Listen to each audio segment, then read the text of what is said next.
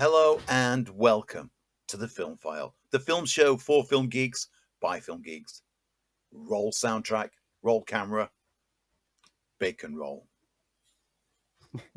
Insert guitar chord from Hard Day's Night. Bang! Followed by That's better. dun dun dun dun dun dun dun dun dun dun dun. Shall I do that instead?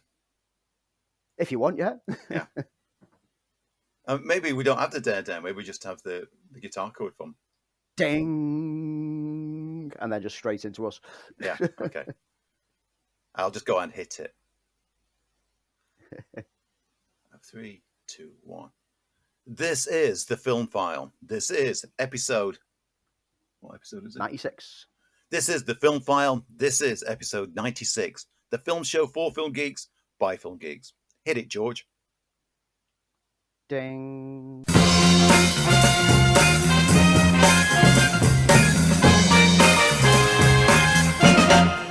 I'm Lee Ford. I'm Andy Meakin. And welcome, as ever, to your favourite film podcast starring Andy Meakin and Lee Ford, the FilmFile. How have you been, Andy?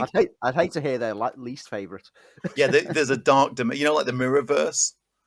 In Star Trek, there's a Mirrorverse version of us. But actually, the beard that you're working on... Well, yeah. You've gone for Spock's beard. I was about to say that. We must be the dark universe if I've got this beard. Yeah, that is the dark universe version. So out there, there's a better version of this podcast. For those who are not watching on full panoramic YouTube, Andy is growing his Spock's beard, which sounds a lot ruder than what it actually is. Think it through next time before you open your mouth. I keep that nicely trimmed, thank you. I've seen that advert for that Christmas department store that everyone gets excited about each year, and it's reminded me of something that I absolutely despise in entertainment, and that is slowed down, breathy female vocal versions of otherwise energetic songs. Yes, I know the type. There was a Guns N' Roses one a couple of years back. I don't remember the ad, but I do remember the breathy female vocal. What track are they using on that? It's Electric We could Dreams. say on this show because it's Electric Dreams that they use. Is it? Yeah. Well, as you know, one of my very close friends was involved with the original version of that song. Yep. I was supposed to meet for coffee this week, but we didn't get round to it due to him being famous and me not, type thing.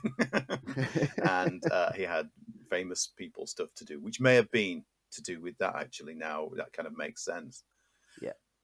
It's interesting that we've got to that stage where Christmas is now, the big indicator for Christmas is that advert. Yeah. And especially now in this city, we don't have that store.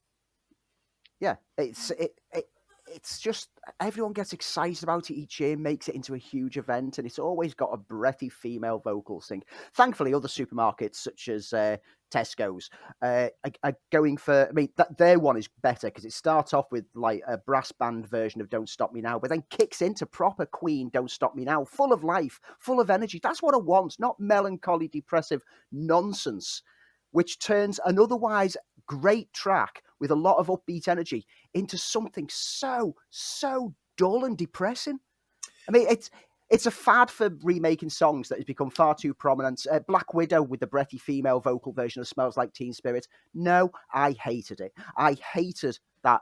With the lights out. Go away. You've lost everything that song's about. You've made that song commercial, and it's not supposed to be commercial. It was a hypocrisy that it became a commercial song in the first place because it was a stab against it. It's an attempt to give somber meaning to otherwise irrelevant lyrics. And if you want to know more about the FilmFile, you can do so by heading over to Twitter and following us at FilmFile UK. Head over to Instagram or Facebook. Just look for FilmFile UK. There we are. You can email us with comments, suggestions, fan theories, random speculation. Which director you think is going to say they like comic book movies next? Which one do you think doesn't like comic book movies? podcast@filmfile.uk. And by all means, get in touch. Let us know what your favourite 5 films of all time are, because we've got our 100th episode coming up pretty soon, and we're interested to do a rapid show where we go through every suggestion and talk about our thoughts on them. So Also, get in touch. also, if you are in a pub with friends trying to remember the name of that film, you know the one with that man in it doing that thing. Let us know here at the Film File, and we will track down that film or TV series because we're that good. The In a one new that you were section, talking we're going to about then was The call Quick and the Dead. Who Was That Man in That Film Doing That Thing? It was The Quick and the Dead, Sam See, Raimi film. he got it. There Got you it go. in one. That's how good we are. So if you have an interesting film question, you're trying to place that film, let us know here at the Film File, and we'll do all the heavy lifting for you. Yep. So as you know, each week, Andy and I do a deep dive into a classic film or films that we've loved or films that we think are interesting to talk about. I think this week falls into the category of films that we love. No, I'll even go as far as to say films that we think are genius and adore. And Andy and I, no surprise, both adore this 1964 musical comedy directed by Richard Lester and starring an English rock band that goes by the name of the Beatles.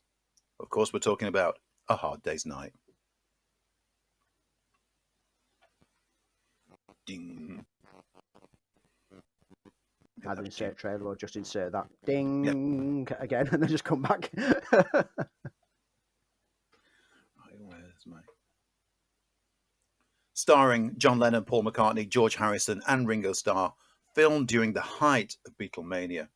Written by Alan Owen, distributed by United Artists, the film portrays 36 hours in the lives of the Fab Four as they prepare for a television performance. This is probably one of the most influential music films ever. Without this, you wouldn't have got the Monkees. Without this, you wouldn't have got an offshoot of lots and lots of film, band, movies. And without this, in my humble opinion, you wouldn't have the MTV that we have today. This film is iconic for something which is so low budget and was considered throwaway at the time. This is a film that still rings true to this day. Importantly, for being a unique piece of filmmaking as delivered by Richard Lester, but also importantly for establishing the personalities of what we thought the Beatles were like and something that exists to this day. Paul the heartthrob, John the sardonic leader, George the quiet introvert, and Ringo, who delivers an almost Marx Brothers style piece of comedy in this as the zany one. And you know what?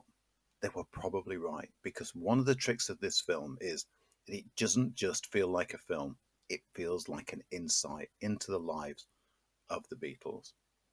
I love it. I've taught this as part of a filmmaking course and talked about it extensively when I've been talking about music video. Watched it again very, very recently, and it still holds together. Despite it being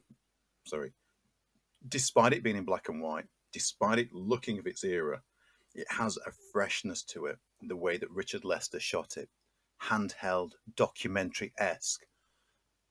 It echoes French New Wave cinema. It echoes elements of the Goons, the Marx Brothers, and it makes the Beatles feel real. And for an audience at the time, couldn't rely on an MTV. This was about as close as you were going to get to seeing the boys in action. It's a truly and simply marvelous film. I think I've gushed enough, Andy. Do you want to gush some more? Now, being from Liverpool, obviously I grew up with the Beatles. I grew up with them being played on the radio. My mum was a huge Beatles fan. My mum used to live round the corner from Ringo Starr when she was growing up. So she's always been along for the journey through their career. And so the Beatles were very prominent through my life. I got to see this at a very early age and absolutely loved this film when I first watched it. And it's a film that I happily revisit every few years and still enjoy the zany energy, the momentum. And it's one of those films. I mean, we've spoken about Richard Lester previously when we spoke about Three Musketeers and Superman 2, but there's something that he brings to his films that just keeps it creative and energetic, and never has wasted moments on screen. There's a lightheartedness, isn't there, to Dick Lester's Yeah, films? there's nothing ever anything nasty within his films. There's always, it's always light, it's always fun, and it's always snappy. And this film sees the Fab Four mobbed and chased by fans, sneak out to parties, attend press conferences, looking very bored when they're doing so, whilst they're rehearsing for an upcoming show and coping beautifully with the interfering antics of Paul's grandfather, played by Wilfred Bramble. Who's very Here, clean. yeah. If the great thing is that joke clearly wouldn't have landed anywhere else in the world but the UK. The fact that they keep referring to Wilfred Bramble as a clean old man. He's a clean old man, isn't he? Yeah, he's a clean old man. Because he was famous for playing the role of Steptoe on British TV, who was always referred to as, "You dirty old man." And that pun alone makes me love this whole film so much. The fact that it didn't want to just go, oh no, if people don't get it, we can't have this pun in. No, they kept it in there. You said that it was written by Alan Owen. Alan Owen got the job of writing the screenplay for this because he'd impressed the Beatles with his Liverpool-based play, No Trams to Lime Street, showing a flair for Scouse dialogue within. And then he spent some time with the Beatles themselves to prepare for writing for it, and started to draw inspiration from their actual personalities, their actual characters in real life, to use as these artificial enhanced versions of them on screen. And even to the extent that there's some of the dialogue is taken from actual dialogue moments that the Beatles themselves used previously in interviews. Ringo calling himself a mocker when he's asked if he's a mod or a rocker came from a previous interview. And it's such a great line. And Ringo himself is notable for having what the band used to refer to it as Ringoisms. He used to come out with random words and combinations because that's just how he talked. He'd lose train of thought halfway through and just finish off a sentence something different. And that's where the title of the movie came from. Well, the song that inspired the movie, A Hard Day's Night, was a Ringoism. In an interview, he'd said on radio, we went to do a job and we'd all worked all day and we happened to work all night. I came up still thinking it was day, I suppose. And I said, it's been a hard day, night. And that's where it all came from. It all came from him stumbling over his words and just bashing things together. Fantastic. The characters of John, Paul, George and Ringo, like I've said, the rough caricatures of the group themselves. And the four of them have a chance to show themselves up and provide jokey wit and banter in the film. John has a marvellous screen presence. He demonstrates an utter confidence in front of the camera in this film. And he went on to star in a few films following, not necessarily Beatles related. And you could see in this very early outing exactly how comfortable he was in the limelight. George and Paul are adequate. George shying away from the limelight a bit, which was kind of like what his shtick was known for. It's only Ringo who kind of struggles at the start of the film. There's one line of dialogue which he puts a forced laugh on, and it just sounds so false. But then he steals the film entirely when he breaks from the band and goes for a wander alongside a riverbank after trying to go for a quiet drink in a pub. And that's the point of the film, that you realise Ringo's got a lot more depth to him than what you generally expected. It's interesting you talk about performance, because there's something truly wonderful about watching the four of them on screen, is that they are confident and comfortable in front of the camera. You never feel as though they're acting. You feel as though, and because of the cinema verite style that Lester chose to shoot in, it is a slice of life, even when it becomes surreal. And there are some of that Dick Lester surreal moments that are seen on the train, for instance. The bit you're talking about with Ringo. Hey, mister, get me off our ball back. We got our ball back, mister. Yeah, all those sorts of things that when it flies off into the face of surrealism, which again you kind of think about with the Beatles, and certainly as you saw in Yellow Submarine and Help, that it kind of captured that. But they are so comfortable on screen, and these weren't actors. You go back; they'd only been stars for a good couple of years. Beatlemania was in its heyday at the time, but they are so good. And as you say, John really shows. There's the one scene in particular when the woman comes up to him and asks who he is, and he went, "You are, aren't you?" And he goes, "I might be." No, I'm not. And it's a beautiful little bit of comic timing, but it never She feels as looks though more. they've sat and read lines or they're reading She lines. more looks like him than I do. Yeah, yeah, absolutely. And they keep doing this thing, and you think they tied into it, whether it was the material, whether it was that they were just said, "Go and say this," rather than they read the script as to say, I Mm, don't know. I don't know what the production process was, but they come across it, while other bands have failed on the big screen, they come across as likable characters um, and confident. And they every time they're on screen, the screen comes alive because of the sense of humor and the camaraderie that they share. And all this in kind of anticipation of the Peter Jackson documentary that's going out on Disney Plus in just a few weeks. This is what you felt the Beatles were like, and it traversed into all the rest of their work, including including even Let It Be, which is going to be yeah. ripe for discussion any day now Mm, with the Peter Jackson doco. But I love it. I think it's a really yeah. bold film. It's a low budget film, but they take advantage of it. Um, excuse me. But they It, take advantage of it by that realistic documentary sense of it. This is the Beatles that you always hope they would be, and you share it. You share the experience of them going to do that show, and there's an awful lot to be said about the price of fame that they have to deal with. You know, they're never left yeah. alone for a minute. Even the end of the film, when they're whisked away in a helicopter, they're going on to do this all again. It's just a simply beautiful little film that's for such basically what was considered initially as a throwaway film. Go out, make a movie, make an album. We might make a few bob on it. It's become a classic film and the template for so many other things. I said the Monkeys music Yeah. video in particular, the way that um, Dick Lester shot it, and there's still parts of it which feel incredibly contemporary. I'm thinking of the scene on the train where they're playing and the way that it's handheld and backlit. This wasn't how Elvis was doing Mm. uh, musical movies. This was something fresh, something different, which was the Beatles in essence.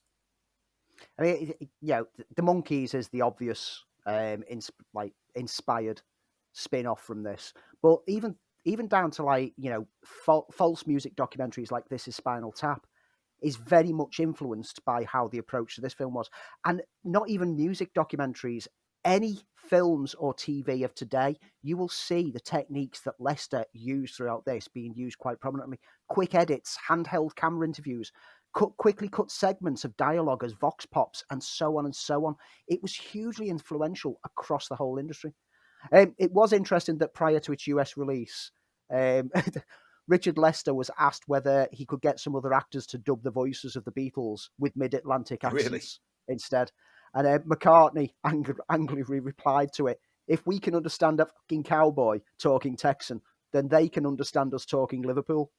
And I mean, we hear so often these tales of like how US distributors panic when they hear like a non-perfect English speaking accent and they want it overdubbed. I mean, Train Spotting is another prime example where they wanted it to get redubbed in a more understandable accent.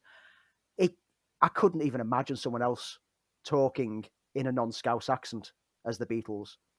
I know that we had other actors voicing the Beatles in Yellow Submarine because the Fab Four by that point had grown disillusioned by the movie industry and thought that it would be a mess, and it wasn't. And so they got themselves inserted in for like a final scene at the end. But Hard Day's Night is an absolute prime film, well worth watching. It was followed kind of as a sequel esque, but whole different approach with Richard Lester again directing Help. now Help's a completely different kettle of fish. It's big budget. They are not just filming in the UK; they're filming globally. Apparently, for tax reasons, as I discovered years later. I've got a soft spot for Help. I think Hard Day's Night is the best out of the two films, absolutely. But Help is zany and does feel more like a like a Goons movie than some of the essence of Hard Day's Night. Watched it again recently, and it doesn't hold together quite as well, but it's experimental filmmaking. It's again, the Beatles were even more confident on the big screen and did more with their performances. I'm thinking of Paul's Adventures on the Floor, for those who've seen the film. Yep. But I do have a soft spot for it. But the essence of A Hard Day's Night, this cinema verite look into the boy's life for 36 hours, and as the group prepare for that TV performance, is just absolutely unique and I don't use this word very often, brilliant. Over on Twitter, we asked, out of the two Beatles films directed by Lester, which is the best? Hard Day's Night had 66.7% of the votes. Help had 33.3%. And I kind of agree with that. Yeah. Hard Day's Night is the stronger film, but Help just does deserve some love.